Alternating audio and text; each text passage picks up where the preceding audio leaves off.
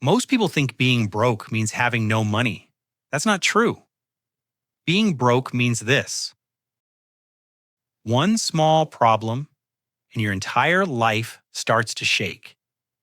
A $1,500 bill, a broken car, one bad week, and suddenly, you're not making smart decisions anymore. You're making fast ones, desperate ones.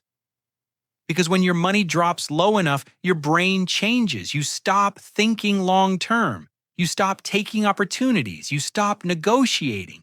And without realizing it, you start living a smaller life. All because of one thing: you don't have enough cash. 40% of working adults couldn't handle a $1,500 emergency without going into debt. Think about that for a second. Not a luxury purchase, not a vacation. Just $1,500, a car repair, a medical bill, a broken laptop right before an important deadline. For some people, something this small doesn't just hurt, it destabilizes everything. Meet Marcus. He's disciplined. He tracks his spending. He avoids unnecessary purchases. From the outside, Marcus looks like he has his life together. But behind the scenes, every month is fragile. He's one unexpected expense away from starting over. And here's what makes it worse. Marcus already knows the rules: save money, build an emergency fund, aim for 4 to 8 months of expenses. He's read the books, he's watched the videos. Even authors like Ramit Sethi in I Will Teach You to Be Rich emphasize the importance of cash reserves. So why isn't Marcus doing it? Because he's stuck in a cycle most people never recognize. It's not a money problem, it's a bandwidth problem. When Marcus wakes up in the morning, his mind isn't clear. It's already running calculations. Can I delay this bill? Do I have enough for next week? What if something goes wrong? And this constant pressure? It's not just stressful, it's limiting. Studies from Stanford University and Yale University have shown that financial stress reduces cognitive performance significantly, sometimes equivalent to losing hours of sleep. In other words, when money is tight, your brain doesn't just feel worse, it performs worse. This creates something psychologists call tunnel thinking. Marcus stops planning long term. He stops thinking strategically. He focuses on one thing: just get through the next 45 days. And in that state, even good decisions become hard to make. Now imagine a different version of Marcus. Same job, same income. But this time, he has 8 months of expenses saved. Roughly $24,000 sitting in a high-yield account, earning 4.5% annually. Nothing flashy, but something powerful. Because now the pressure is gone. That background noise? Silent. For the first time in years, Marcus isn't reacting, he's thinking. At work, when his manager offers him a minimal raise, he doesn't rush to accept. He asks for time, he prepares, he negotiates, because now losing the job wouldn't destroy him.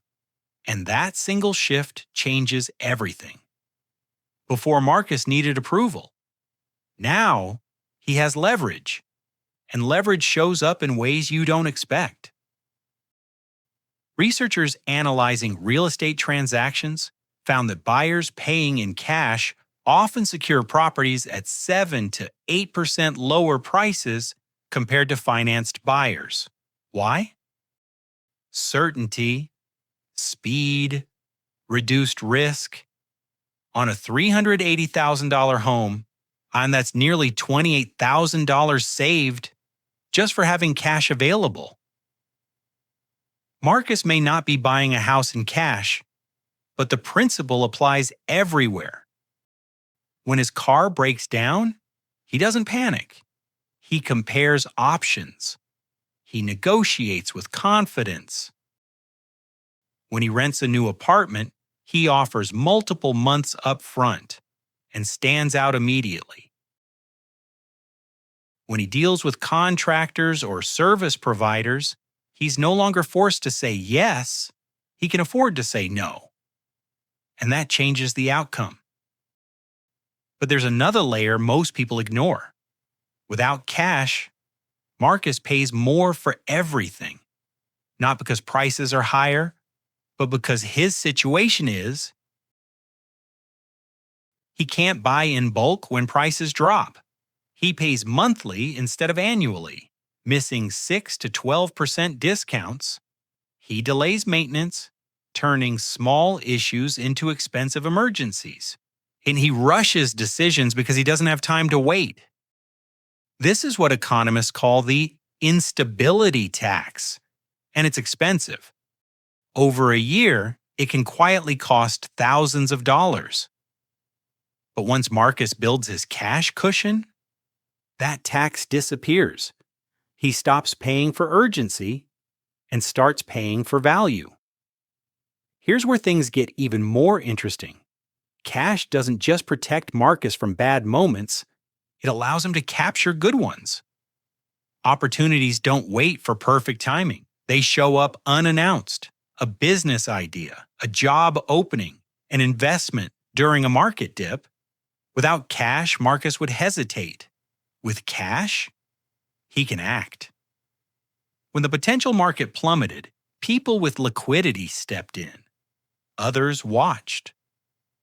When a friend offered Marcus a chance to invest in a small project, this time he didn't say, maybe later. He said yes.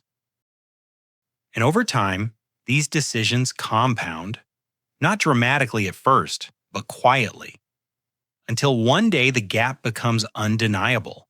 Two people with the same income, the same skills, the same effort, but completely different outcomes, because one had options and the other didn't. This is the part most advice misses. Cash doesn't just change transactions, it changes how you think. Should Marcus take a course to upgrade his skills? Before, the cost felt risky. Now it feels like an investment. Should he move to a new city for better opportunities? Before, it felt impossible. Now it's a choice. Should he leave a situation that no longer serves him? Before, he felt stuck. Now he feels free. Because the question is no longer, can I afford this? It becomes, is this the right move? And that question changes everything. And so how did Marcus build this? Not with luck, not with a massive income, with structure. He started with a clear target, 4 months of expenses, then automated everything. Every paycheck, a fixed amount, moved into savings before he could touch it. At first, it felt slow. $300 per month, then $600. But over time, it added up. Faster than he expected, he kept the money in a separate account. Slightly inconvenient to access, not impossible. Just enough friction to avoid impulsive decisions. And most importantly, he defined what an emergency actually meant, not boredom, not sales, not impulse desires. Only real disruptions, health, housing, income. Everything else waited.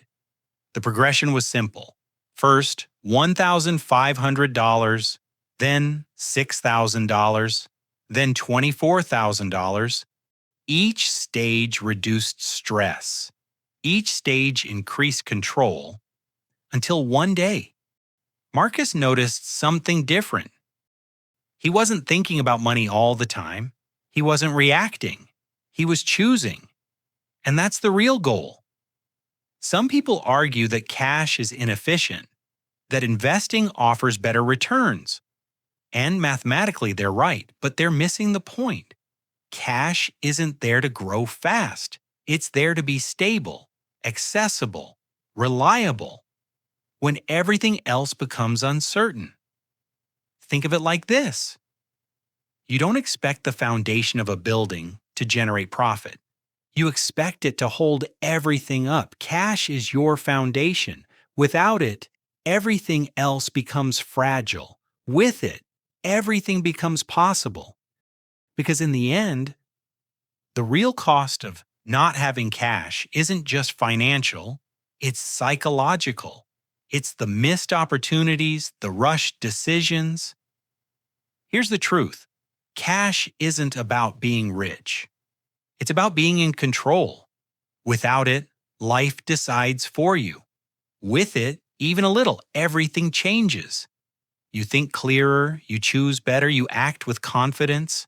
And over time, those small shifts change your entire life. Not instantly, but permanently. Thanks for watching. Give this video a thumbs up and subscribe to stay tuned for future uploads. I'm Bean Capital. I'll see you in the next one.